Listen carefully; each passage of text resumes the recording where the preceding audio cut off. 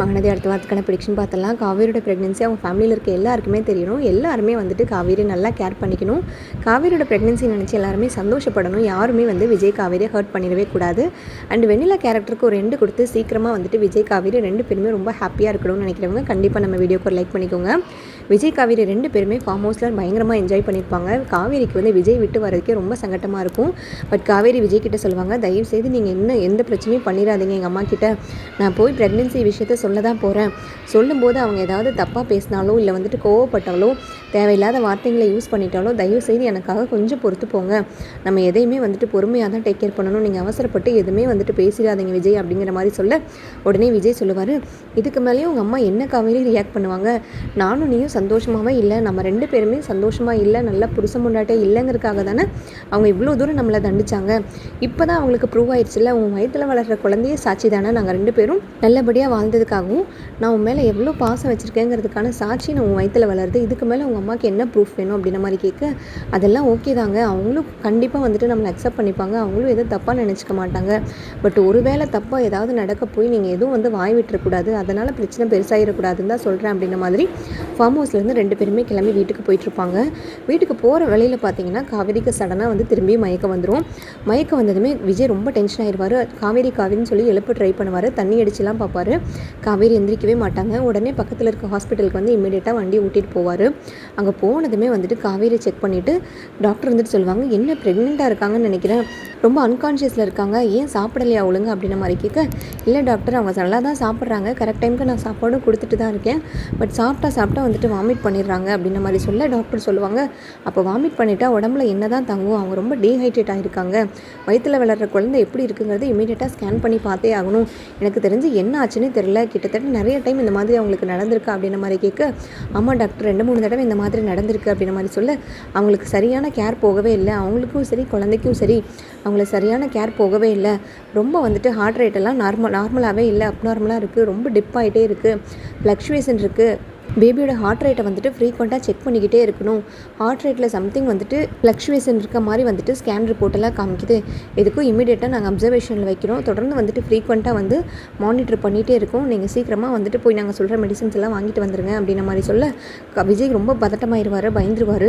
கடவுளே இப்போ தான் எல்லா பிரச்சனையும் சால்வ் ஆகிருக்கு, எனக்கும் காவேரிக்கு எந்த பிரச்சனையும் இல்லாமல் என் குழந்தை எல்லாத்தையுமே காப்பாற்றிருக்குன்னு நினச்சி சந்தோஷப்பட்டுட்டு இருந்தால் இப்படி வேறு சொல்கிறாங்களே, குழந்தையோட ஹார்ட் ரேட்டில் வந்து ஃப்ளக்சுவேஷன் இருக்குது, என்ன ஆச்சு அப்படி இப்படின்லாம் கேட்குறது ரொம்ப பயமாக இருக்குது, பேசாமல் நம்ம வீட்லேயே சொல்லிடலாம், தாத்தா பாட்டிக்கும் சொல்லிடலாம், காவேரி வீட்லேயும் அவங்க அம்மாவுக்கும் அவங்க அக்காவுக்கும் கால் பண்ணி இப்போவே சொல்லிடலாம், அவங்க வந்து அட்லீஸ்ட் என்ன ஏதுங்கிறதையாவது பார்ப்பாங்க, நம்மளுக்கு இதுக்கு முன்னாடி எந்த எக்ஸ்பீரியன்ஸும் கிடையாது, எந்த அனுபவமும் கிடையாது, காவேரியை பார்த்துக்க சொல்லி ஏதாவது சொன்னால் கூட ஏதாவது எதுக்கு மாற தப்பி தவறி ஏதாவது தெரியாமல் பண்ணிட்டோன்னா அது வேறு பெரிய பிரச்சனையாக முடிஞ்சிடும், இப்போவே கால் பண்ணி சொல்லலாம் அப்படின்ற மாதிரி கங்காவுக்கு ஃபஸ்ட்டு ட்ரை பண்ணுவாங்க. கங்காவுக்கு கால் பண்ணதுமே வந்து கங்கா என்ன விஜய் சொல்லுங்கள் அப்படின்ற மாதிரி கொஞ்சம் கோவமாகவே கேட்க, எங்க உங்ககிட்ட முக்கியமான விஷயம் சொல்லணும், காவேரி வந்து இங்கே பக்கத்தில் இருக்க ஹாஸ்பிட்டலில் அட்மிட் பண்ணியிருக்கேன் அப்படின்ற மாதிரி சொல்ல, என்னங்க சொல்கிறீங்க, காவேரி எதுக்கு நீங்கள் அட்மிட் பண்ணியிருக்கீங்க, காவேரிக்கு என்ன ஆச்சு அப்படின்ற மாதிரி கேட்க, இல்லைங்க நீங்கள் எதுவும் பதட்டப்பட வேண்டாம், ஒன்றும் கிடையாது, நார்மலாக தான் இருக்காங்க, திடீர்னு நான் காவேரியை மீட் பண்ணலான்னு போயிருந்தோம், ஃபார்ம் ஹவுஸில் போயிட்டு மீட் பண்ணிவிட்டு வர வழியில் வந்து காவேரி சடனாக மயக்கம் போட்டு விழுந்துட்டாங்க, என்னன்னு தெரியல, சாப்பிட்றதுனால தான் அப்படின்ற மாதிரி தான் நினைக்கிறேன், நீங்கள் தயவுசெய்து உங்கள் அம்மாவை கூட்டிகிட்டு சீக்கிரம் உடனே வர முடியுமா அப்படின்ற மாதிரி சொல்ல, உடனே நாங்கள் வரோம், தயவுசெய்து அவளை நல்லபடியாக பார்த்துக்கோங்க, ஏதாவதுனா உடனே கால் பண்ணி சொல்லுங்கள் அப்படின்ற மாதிரி கங்கா போய் சாரதா கூப்பிடுவாங்க. அம்மா இங்கே வாமா, உடனே வாமா, இந்த மாதிரி விஜய் கால் பண்ணார், காவேரி ஏதோ திடீர்னு மயக்கம் போட்டு விழுந்துட்டாலாமா, ஹாஸ்பிட்டல் அட்மிட் பண்ணியிருக்காங்க அப்படின்ற மாதிரி சொல்லலை.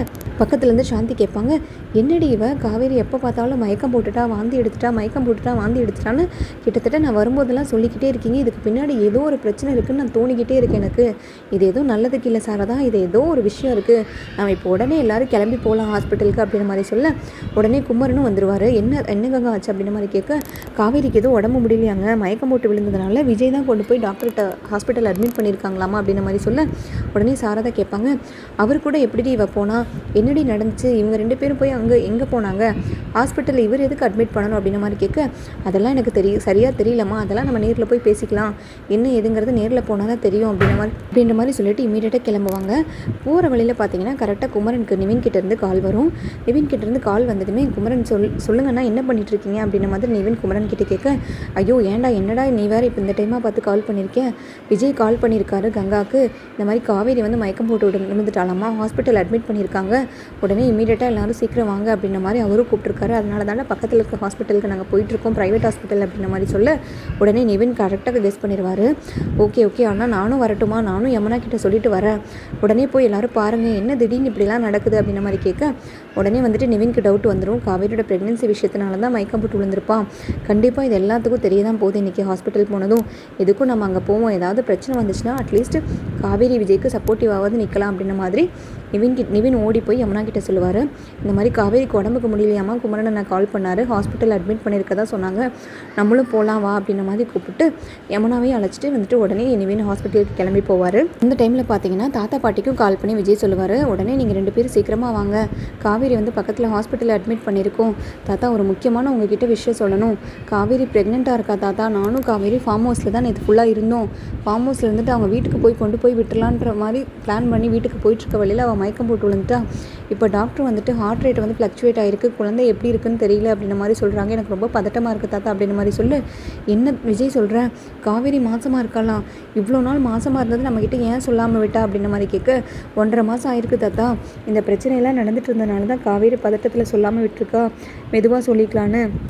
இப்போ இங்கே நடக்கிறதெல்லாம் பார்த்தா எனக்கு ரொம்ப பயமாக இருக்குது தாத்தா, இப்போ தான் எனக்குள்ளே ஒரு நம்பிக்கை வந்துச்சு, எனக்கு ஒரு குழந்தை வரப்போகுது, அந்த குழந்தை எல்லா பிரச்சனையும் சால்வ் பண்ணி விட்டுருன்னு நினச்சிட்டு இருந்தேன், திருப்பி கடவுள் எனக்கு நினச்சது ஒரு நாள் கூட ஆகலை, திருப்பி பிரச்சனை வந்துருச்சு அப்படின்ற மாதிரி சொல்ல, நீ எதுவும் கவலைப்படாத விஜய், அப்படி ஒரு கடவுள் வந்துட்டு உனக்கு ஒரு குழந்தையை கொடுத்துருக்காருன்னா அந்த மாதிரிலாம் எதுவும் நடந்துடாது, நீ எதுக்கும் பயப்படாத, குழந்தைக்கு ஒன்றும் இருக்காது, தீர்க்காயுசா நல்லபடியாக அந்த குழந்தை பெற்றெடுப்பா காவேரி, எனக்கு நம்பிக்கை இருக்குது, நாங்கள் உடனே வரோம், பாட்டிக்கிட்ட சொல்லிடுறோம் அப்படின்ற மாதிரி சொல்ல, தாத்தா தயவுசெய்து வெண்ணிலாக்கும் ராகினிக்கும் இந்த விஷயத்தை தெரியாமல் பார்த்துக்கோங்க, இந்த விஷயம் அவங்களுக்கு தெரிய போச்சுன்னா கண்டிப்பாக வேறு மாதிரி ஏதாவது பிளான் பண்ணுவாங்க, அதை நம்மளுக்கு ஆப்போசிட்டாக போய் முடியும் அப்படின்ற மாதிரி சொல்ல, நான் பார்த்துக்கிறேன் தம்பி அதெல்லாம் அப்படின்ற மாதிரி சொல்லிட்டு தாத்தா ஃபோனை கட் பண்ணிட்டு பாட்டிக்கிட்ட மெதுவாக போய் சொல்லுவார். பட் ராகினி அதை நோட் பண்ணிக்கிட்டே இருப்பாங்க, என்ன தாத்தா வந்து திடீர்னு பாட்டிக்கிட்ட வந்து ஹாஸ்பிட்டல் போகணும் அப்படின்ற மாதிரி சொல்கிறாங்க, காவேரின்னு வேறு பேசின மாதிரி இருந்துச்சு, இதுக்கு பின்னாடி ஏதோ ஒரு உண்மை இருக்குது, நம்ம ஃபாலோ பண்ணி இவங்களை போவோம் அப்படின்ற மாதிரி ராகினி அவங்க அப்பாவுக்கு கால் பண்ணி சொல்கிறாங்க.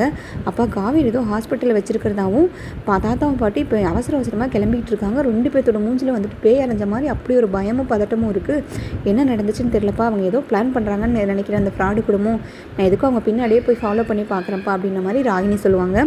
உடனே நீ அதை முதல்ல பண்ணுமா, வெண்ணிலா வந்து நல்லபடியாக அவங்க மாமாவை பார்த்துக்க சொல்லு, வெண்ணிலாவுக்கு எதுவும் ஆகாமல் 2 பேத்துக்கு கல்யாணம் பண்ணுற வரைக்கும் 2 பேர்த்தையும் வந்துட்டு நல்லபடியாக பார்த்துக்கணும், நம்மளோட பொறுப்பு தான் அப்படின்ற மாதிரி பசுபதி வச்சிருவார் ஃபோனை. அதுக்கப்புறம் பார்த்தீங்கன்னா காவேரி குடும்பத்தில் இருக்க எல்லாருமே அங்கே போயிடுவாங்க, நிவின் யமுனா முதல் கொண்டு ஹாஸ்பிட்டலுக்கு ரீச் ஆயிடுவாங்க.